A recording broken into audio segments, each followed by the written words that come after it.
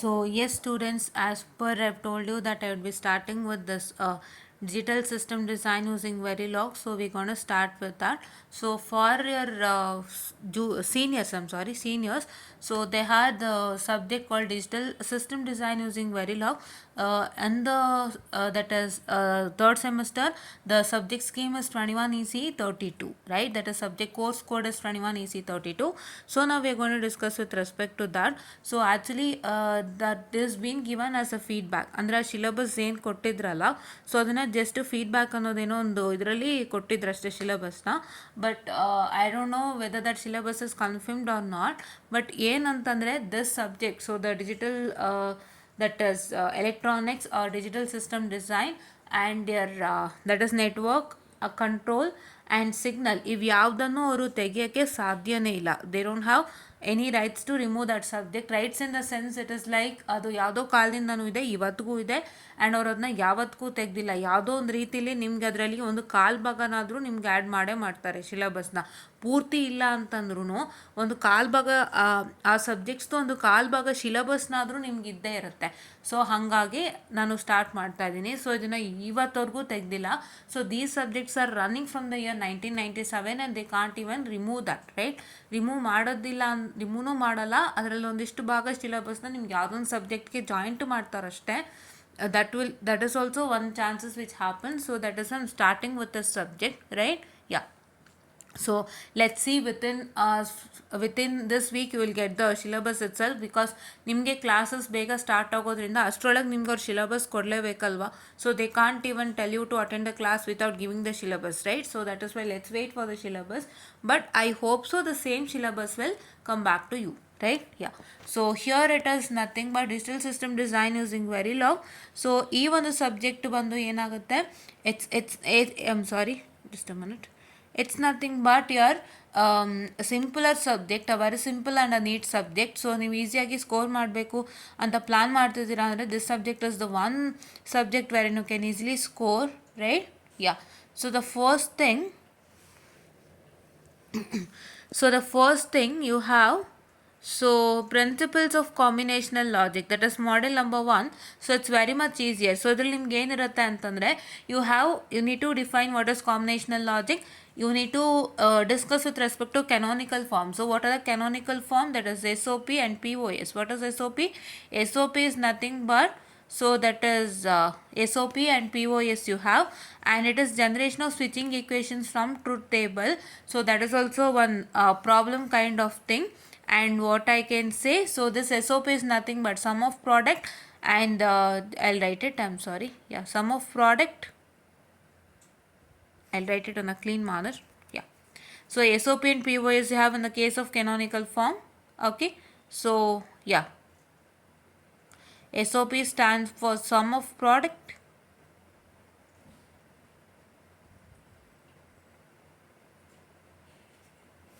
and POS stands for product of sum. So you're going to learn with respect to this in detail, right? Yeah. This is what is a canonical form, students, and we are learning with respect to generation of switching equation from truth table. So that one we are going to learn, and so how we generate a switching equation from the given truth table, so that we are going to learn. And Karnaugh maps, which is also called as a K map, and you are going to learn with respect to K map up to 4 variable K map, right? That also we are going to learn. You have 2 variable, 3 variable and 4 variable K map, right? So here is generally mentioned as 4 variable. See, 4 variable ಅಂತ ಅವರು mention ಮಾಡಿದ್ದಾರೆ. So ಯಾವುದೇ ರೀತಿ ತಲೆಗೆ ಹಾಕ್ಕೊಂಡು 5 ವೇರಿಯೇಬಲು ಇದೆ, 6 ವೇರಿಯೇಬಲು ಇದೆ ಅಂತ ತಲೆಗೆ ಹಾಕೋಬೇಡಿ. It's only 4 variable. ಸೊ ನಮ್ಮ ಟೈಮಲ್ಲಿ 5 ಇತ್ತು, 6 ಇತ್ತು. they had given 5 and 6 variable K map for us, because ಅವಾಗ ಕೆ ಮ್ಯಾಪ್ ಅಂತ ಮಾತ್ರ ಕೊಟ್ಟಿದ್ನೋ ಹೊರತು ಎಷ್ಟು ವೇರಿಯೇಬಲ್ ಕೆ ಮ್ಯಾಪ್ ತನಕ ಇದೆ ಅಂತ ಕೊಟ್ಟಿರಲಿಲ್ಲ ನಮ್ಮ ಟೈಮಲ್ಲಿ. So that was one disadvantage for us. ಇವಾಗ ನಮಗೆ ಸುಮ್ಮನೆ ಕೆ ಮ್ಯಾಪ್ ಅಂತ ಕೊಟ್ಬಿಟ್ರೆ ಏನು ಗೊತ್ತಾಗುತ್ತೆ, ಅಲ್ಲಿ ಎಷ್ಟೊಂದು ವೇರಿಯೇಬಲ್ ಕೆ ಮ್ಯಾಪ್ ಇದೆ, have 5 variable, 6 variable also. So ನಮ್ಗೆ ಅದು ಕೊಟ್ಟಿಲ್ಲದ್ರಿಂದ ನಮಗೆ ಯಾವ್ದಾರೋ ಕೊಡ್ತಿದ್ರು. ಬಟ್ ಏನಾಗುತ್ತೆ ಅಂದರೆ ಇಲ್ಲಿ ನಿಮಗೆ 4 ವೇರಿಯೇಬಲ್ ಕೆ ಮ್ಯಾಪ್ ಅಂತ ಮೆನ್ಷನ್ ಮಾಡಿರೋದ್ರಿಂದ please to practise till 4 variable K map, and this K map is one of the easiest one, right? Yeah. And you have Quine McCluskey method. So ಇದು ತುಂಬ important, ನಾನು highlight ಮಾಡಿರ್ತೀನಿ ಇಲ್ಲಿ. Just a minute, I'm sorry. Yeah.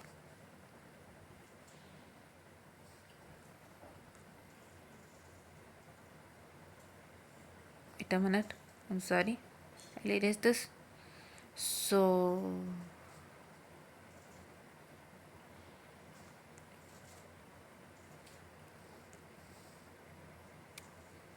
yeah, so okay, so now it is Q highlight ಮಾಡಿದ್ದು ನೋಡಿ 4 variables ಅಂತ, ಅದನ್ನು ನೀಟಾಗಿ ನೆನ್ಪಿಟ್ಕೊಳ್ಳಿ.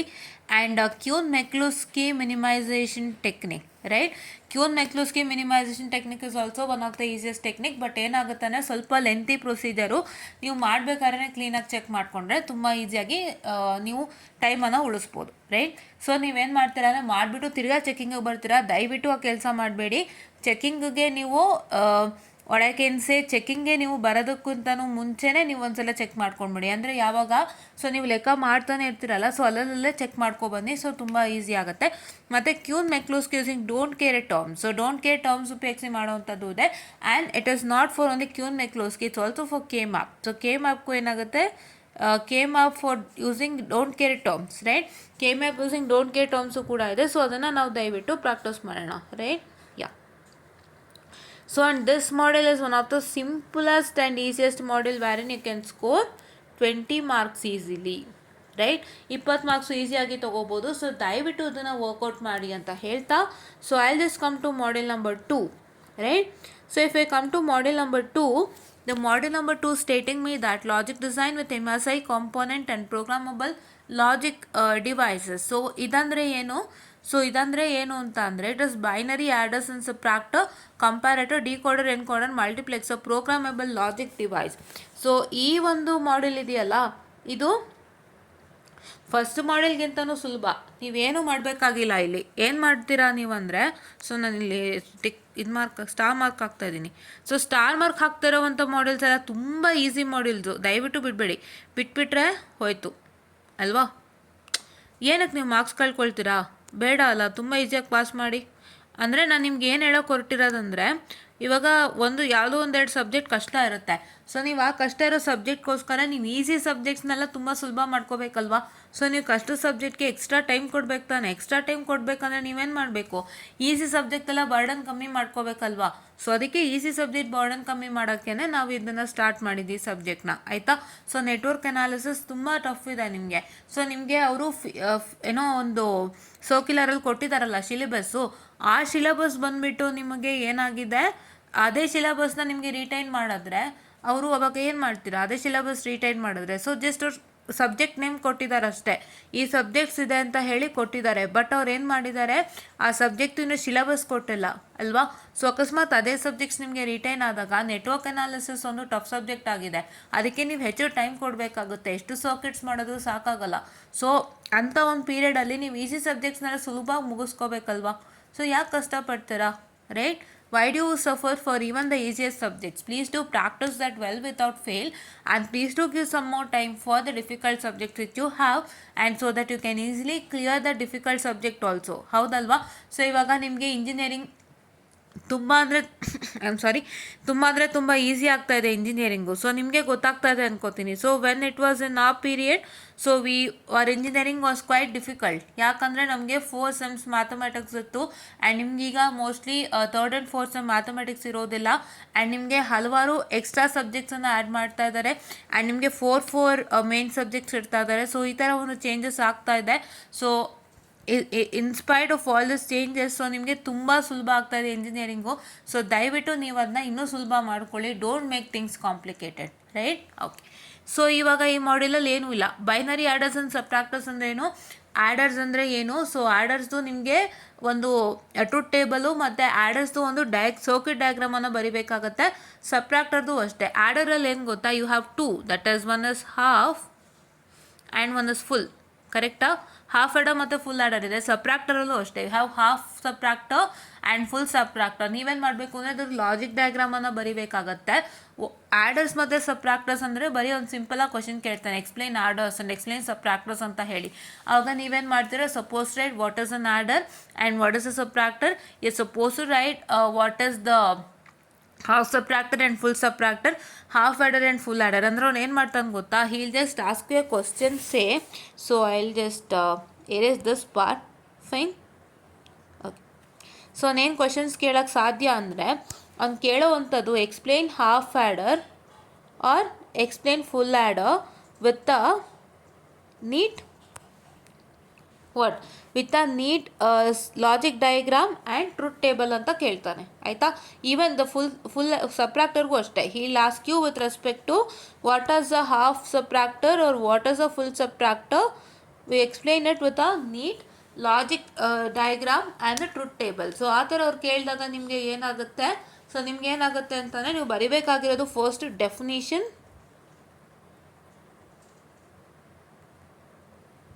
ಡೆಫಿನಿಷನನ್ನು ಕೇಳ್ತಾರೆ.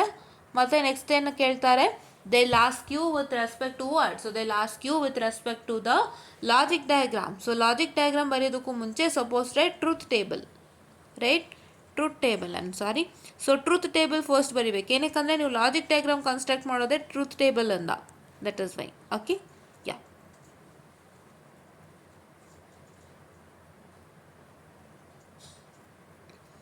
Truth table, I am sorry, just a minute. And then that is logic diagram. So logic ಡಯಾಗ್ರಾಮ್ಗೆ ನೀವೇನು ಮಾಡಬೇಕು, K map ಏನೋ ಕನ್ಸ್ಟ್ರಕ್ಟ್ ಮಾಡಿಕೊಂಡು ಮಾಡಬೇಕು. ಸೊ ಅದನ್ನ ಇನ್ ಡೀಟೇಲ್ ನಾನು ಎಕ್ಸ್ಪ್ಲೈನ್ ಮಾಡ್ಕೊಡ್ತೀನಿ, ಆಯಿತಾ. ಸೊ ಇವಾಗ ನೆಕ್ಸ್ಟ್ ಏನಾಗುತ್ತೆ, comparators. So if you come to comparators, ಅಲ್ಲಿ ಇಸ್ ದಿಸ್ ಸಿಲೆಬಸ್ ಕಾಣಲ್ಲ. ಕಂಪ್ಯಾರೇಟರ್ಸ್ ಅಂತ ಅಂದ್ರೇನು, ಕಂಪ್ಯಾರೇಟರ್ಸ್ ಅಂತ ಅಂದರೆ it is nothing but suppose to write with respect to 1 bit comparator, 2 bit comparator and 3 bit comparator explain ಮಾಡಬೇಕಾಗತ್ತೆ. So ಅದಕ್ಕೆ ಕ್ವಶನ್ಸನ್ನು ಕೇಳ್ತಾರೆ, just direct question and you have to answer it directly without fail, right? Yeah.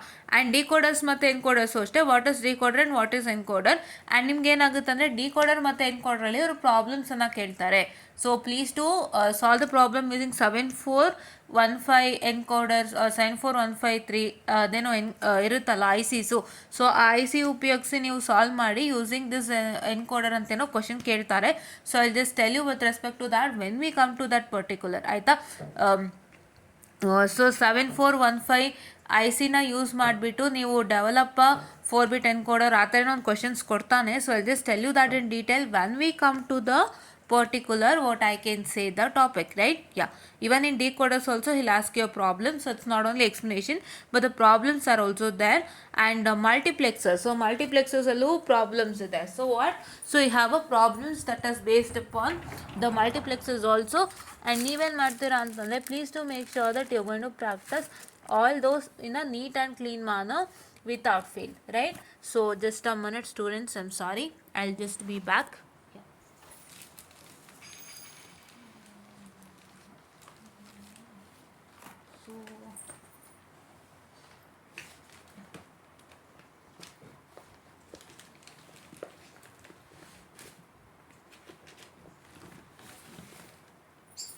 Okay, so now we can see. So ನಿಮಗೆ ನಾನು ಇವಾಗ already ಹೇಳ್ದಂಗೆ, so the questions is as follows. So he'll ask you questions say, so that is realize p is equal to f comma abcd, that is summation of m into summation of m, that is bracket 0 1 2 4 5 7 8 9 12 13 using suitable marks. So ಇದು mux related ಒಂದು concept ಆಗಿದೆ. So ಈ ಥರ ಒಂದು ಕ್ವಶನನ್ನು ಮಕ್ಸಲ್ಲಿ ಕೇಳ್ತಾನೆ. ಮತ್ತು if you want to see questions on encoders and decoders, so ಯಾವ ರೀತಿ ಒಂದು ಕ್ವಶನ್ ಬರೋವಂಥ ಚಾನ್ಸಸ್ ಅಂದರೆ, he'll just ask you questions based on, so that is I'll just come to that. Yeah, wait. Okay. So ಏನಿದೆ encoders and decoders, yeah, so I'll just open that particular. So ಒಂದು ಸತಿ ನಿಮ್ಗೆ ಹೇಳೋಣ ಹೆಂಗಿದೆ questions ಅಂತೇಳಿ. Okay, wait a minute. So ಇದೆಲ್ಲ ನೀವು ಚೆನ್ನಾಗಿ ಪ್ರಾಕ್ಟೀಸ್ ಮಾಡಬೇಕು. ಸೊ ತುಂಬ ಈಸಿ ಸಬ್ಜೆಕ್ಟು, ದಯವಿಟ್ಟು ಇದರಲ್ಲೂ ಕಳ್ಕೊಳಕ್ಕೆ ನೋಡಬೇಡಿ. ಸೊ ಇದರಲ್ಲಿ ನೀವು ಯಾವ ರೀತಿ ಕಳ್ಕೊಂಡ್ರೂ ವೇಸ್ಟೇ ಅಲ್ವಾ. Don't lose in this particular topic ಅಂತ ನಾನು ತುಂಬ ಸಿಂಪಲಾಗಿ ಹೇಳೋಕೆ ಇಷ್ಟಪಡ್ತೀನಿ, ಆಯಿತಾ. And yeah, I am only finding marks question over here. What happened to encoders and decoders? I'll just tell you. Wait a minute.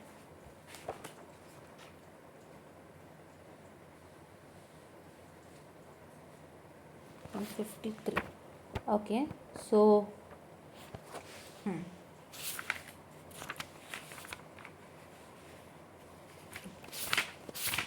So if I come to the decoders and encoders, so the question that you get is, so implement, so realize the following using 74139. So that is 74139 IC ಉಪಯೋಗಿಸಿ ನೀವು ಒಂದು Boolean function ಅನ್ನು implement ಮಾಡಿ ಅಂತ ಕೇಳ್ತಾನೆ. So he'll just ask you those kinds of questions in even decoders and encoders ನೀವು ಬರ್ತೀರಾ ಅಂತಂದರೆ, so if you come to the encoder, so in the case of encoder, he'll just I guess there are no questions in encoder. So decoders ಅಲ್ಲಿ ಮಾತ್ರ question ಇದೆ. So decoders ಅಲ್ಲಿ ಬಂದುಬಿಟ್ಟು, so you just have a question, implement the following using 2 to 4 decoders and 3 to 8 decoders ಅಂತೇಳಿ ಒಂದು problematic ಕ್ವಶನ್ಸನ್ನು ಕೊಡ್ತಾನೆ. So ಅದನ್ನು ನಾವು ಪ್ರಾಕ್ಟೀಸ್ ಮಾಡೋಣಂತೆ, ಆಯಿತಾ? We'll just practice that without fail, right? Yeah. And now coming on to model number 3. So before that, I'll just wind up with programmable logic devices, PLD. So PLD no just theory irutte, PLD nallu ಏನು ಇರಲ್ಲ. So we'll just learn only what is PLD and in detail with respect to the programmable logic devices. So ಈ model ಅಲ್ಲಿ ಎಲ್ಲಾನು easy ಇದೆ. Decoder ಒಂದರಲ್ಲೇ ಮಾತ್ರ problem ಇರೋದು, ಎನ್ಕೋಡರಲ್ಲಿ ಏನೂ ಇಲ್ಲ. Encoder just to write a theory whatever he asks for, right? Yeah. And coming to model number 3,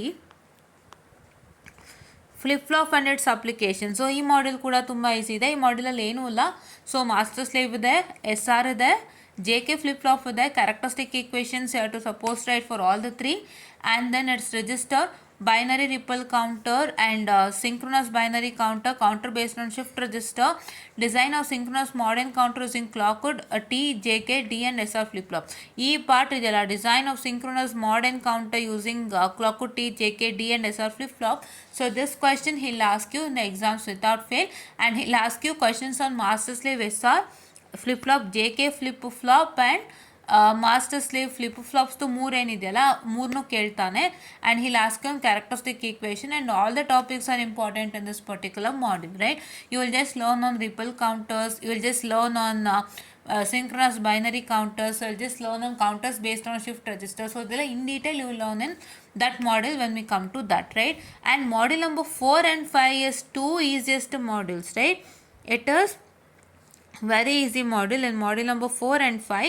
So model number 4 and 5 under structure of Verilog model, operators, data types, styles of description and highlights of data flow description, structure of data flow description ಇವೆಲ್ಲ ತುಂಬ ಸುಲಭ ಇದೆ, ಎಲ್ಲ theory ಇದೆ.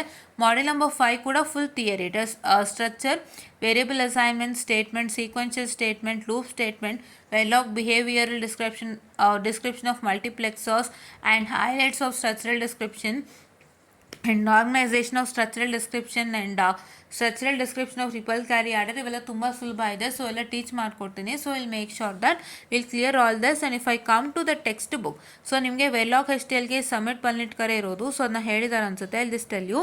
So see here it is what I can say he's told you digital what I can say the logic applications and designed by John M. Yarborg. So this textbook is very important for digital. So ಇದೇ text book ಯಾವುದೋ ಎಲ್ಲ ಕಾಲದಿಂದನೂ ಹೇಳ್ತಾ ಇದ್ದಾರೆ, and ಇದನ್ನೇ ನಾವು ಓದ್ತಾ ಇದ್ದೀವಿ. So this is one subject. And ನಾವು if I come to this particular, this is also one important text book for digital. And HCL ಪ್ರೋಗ್ರಾಮಿಂಗ್ಗೆ ಅವ್ರು ಯಾವುದೋ ಬೇರೆ ಬುಕ್ ಹೇಳಿದ್ದಾರೆ. ಯಾವುದಂತಂದರೆ it is Nazeih M Botros ಅಂತ ಹೇಳಿ. ಸೊ ಆ್ಯಕ್ಚುಲಿ ಇದಕ್ಕೆ ಸಮಿತ್ ಪಲ್ನಿಟ್ಕರ್ ಅಂತ ಒಂದು ಟೆಕ್ಸ್ಟ್ ಬುಕ್ ಇತ್ತು. ಸೊ ಆ ಟೆಕ್ಸ್ಟ್ ಬುಕ್ಕನ್ನೇ ನಮಗೆ ಯಾವಾಗಲೂ ಹೇಳ್ತಾ ಇದ್ರು, ಬಟ್ ಈ ಸಲಿನೂ ಬೇರೆ ಹೇಳಿದ್ದಾರೆ. So let me make sure that I'll just go to that textbook also and get you things well, right? This is what I can say the introduction to this particular subjects on a clean and neat manner, right? So ದಯವಿಟ್ಟು ಇದನ್ನು ಕ್ಲೀನಾಗಿ practice ಮಾಡ್ಕೊಳ್ಳಿ. So ನಿಮಗೆ Verilog HTLಗೂ easy ಇದೆ, not that difficult. And if we come to even digital electronics also it's very much easier. So ನೀವು ಎಲ್ಲ ಓದೋದನ್ನು pass ಆಗ್ತೀರಾ.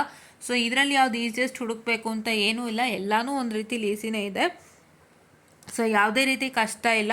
ಸೊ ವೆರಿಲಾಗ್ HTL ಸ್ವಲ್ಪ ನಾನು ನೋಡ್ಬಿಟ್ಟು ಹೇಳ್ತೀನಿ, because text book is different that he has mention. And ನಮಗೆ ಇದಂಥ text ಬುಕ್ಕೆ ಬೇರೆ mention ಮಾಡಿದರು. ಸೊ ಹಾಗಾಗಿ ನಾನು ಅದನ್ನ ಚೆಕ್ ಮಾಡಿಬಿಟ್ಟು ನಿಮಗೆ ಟೀಚ್ ಮಾಡೋಕ್ಕೆ ಸ್ಟಾರ್ಟ್ ಮಾಡ್ತೀನಿ. But until and unless that we will be doing with respect to digital. Okay, that is digital system design. 3 ಮಾಡೆಲ್ಸನ್ನು ಫಿನಿಷ್ ಮಾಡೋಣ. ಸೊ ಆದಷ್ಟು ಬೇಗನೂ ಫಿನಿಷ್ ಆಗುತ್ತೆ, ಜಾಸ್ತಿ ಟೈಮು ತೊಗೊಳ್ಳಲ್ಲ, because these are easiest things, right? So we'll just finish off this particular digital system design using Verilog, and then we'll have network analysis. So ಎರಡನ್ನೂ parallel ಆಗಿ ಮಾಡ್ಕೊಂಡು ಹೋಗೋಣ. So let me just check with the network syllabus. So network ಸಿಲಬಸ್ನ ನಾನು check ಮಾಡಿ ಒಂದು ಸತಿ ಆಮೇಲೆ ನಾನು ಸ್ಟಾರ್ಟ್ ಮಾಡ್ತೀನಿ. So if we whatever the syllabus we had and whatever the what I can say the syllabus that you're having, if it is matching, then I'll start with the network analysis, right? So that is what is one important thing. Now we'll start with this and we'll finish a part of this, right? ಇದನ್ನ ಅರ್ಧ ಭಾಗನಾದರೂ ಮುಗಿಸ್ಬಿಡೋಣ. So ನೆಟ್ವರ್ಕಿಗೆ ಹೆಚ್ಚು time ಕೊಡೋಕ್ಕೆ ಸಹಾಯ ಆಗುತ್ತೆ. So this is what is about to tell you students, and please to watch this without fail. And please to make sure that you just now only get it subscribe, because ಭಾಳಷ್ಟು important tips and tricks ಸಿಗುತ್ತೆ. ಹೇಗೆ ಎಕ್ಸಾಮ್ಗೆ answer ಮಾಡಬೇಕು ಅಂತ ಸಿಗುತ್ತೆ. ಆಮೇಲೆ scheme of valuations ಕೂಡ ನಮ್ಮಲ್ಲಿ ತೋರಿಸ್ಕೊಡ್ತೀವಿ. ಸೊ ಸ್ಕೀಮ್ ಆಫ್ ವ್ಯಾಲ್ಯೂಷನಲ್ಲಿ ಅವ್ರು ಯಾವ ರೀತಿ ಆನ್ಸರ್ಸ್ನ ಎಕ್ಸ್ಪೆಕ್ಟ್ ಮಾಡ್ತಾರೆ ಮತ್ತು ಯಾವ್ಯಾವ ಪಾರ್ಟಿಗೆ ಎಷ್ಟೆಷ್ಟು ಮಾರ್ಕ್ಸನ್ನು ಕೊಟ್ಟಿದ್ದಾರೆ ಅಂತೆಲ್ಲ ನಾವು ಡೀಟೇಲಾಗಿ ಹೇಳ್ತೀವಿ.